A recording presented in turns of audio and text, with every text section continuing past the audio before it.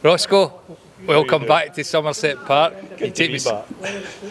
Now, before we start, an apology, mate. Normally we have a professional to interview, but we interview all our guests. However, unfortunately, young Mitch Feggans has been delayed at work as he had extra papers to deliver this morning. So you're left with me, pal. Good. Okay, that aside, Ross, you must have some great memories from your time here as a player, especially around about the championship winning season, 87-88. Can you have any memories from that era you would like to share with us? There's a lot of canny share, but yeah, it was absolutely fantastic. I mean, the boys in the dressing room, the football, everything was just brilliant. And then obviously you've got the boss.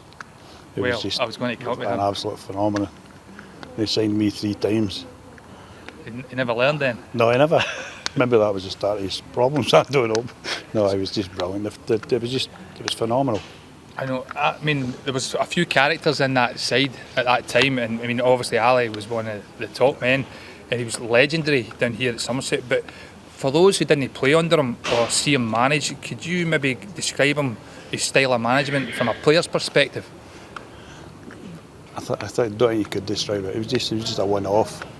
I remember one night here we were training and I was going round about with Bob Bender. I'd hurt my back, so we were just running around about, testing the back and stuff.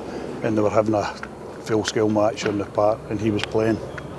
So he shouts to Bob, "How is he?" He says, "I think he's fine, sir." I went on, and he says, "Right, you're on my side." So he was right in the middle of the park, and he fired the ball up the wing. And I swear, I'm standing here, I ran up, I just got the ball at the line, crossed it, ran on, hit the wall, done a somersault and landed right in that terrace. And unbelievable. And I was just back with a bad back, and he come up to me, leaned over, and he says, "That's the difference. If that had been me, I'd have caught that." What the? No, how's your back? Nothing. No, that was it. It was just brilliant. Superb, mate. Now, in actual fact, the spell at Ayr when you won the league in 87-88, that was your second time at the club, if I'm right, as you stepped up from amateur football to Ayr about 1978. Am I correct in saying that? Yeah, when I come back for the World Cup, I come back here. Right. And then you went back junior about a year later with Craig Mapp, and then you returned to the seniors with Airdrie. Yeah. And then obviously on to Ayr from Airdrie, and then subsequently Stranraer you played. Yeah. Now, that's quite a kind of convoluted roller coaster, a path through senior football. Can you describe what kept you going? Because obviously coming from amateur to seniors, it's quite a jump, and then having to go back junior, it made a bit of a blow at the time for you. It wasn't really. Just when at that age, I was probably the shyest person in the world. I believe it, I was shocking. I wouldn't answer a phone. I wouldn't ask for salt in a restaurant. And I was in here training with Jim McSherry, there was some great players, Brian McLaughlin in his heyday. It was phenomenal. I was totally at my depth. And at the end of it, I don't know if it was panic stuff, I got asthma and stuff like that. But I was doing all right with Ali, and then Ali left, and then I made my first team debut against Queen of the South because Davy Wells was injured. Right. And then Wally McLean came in, and enough said.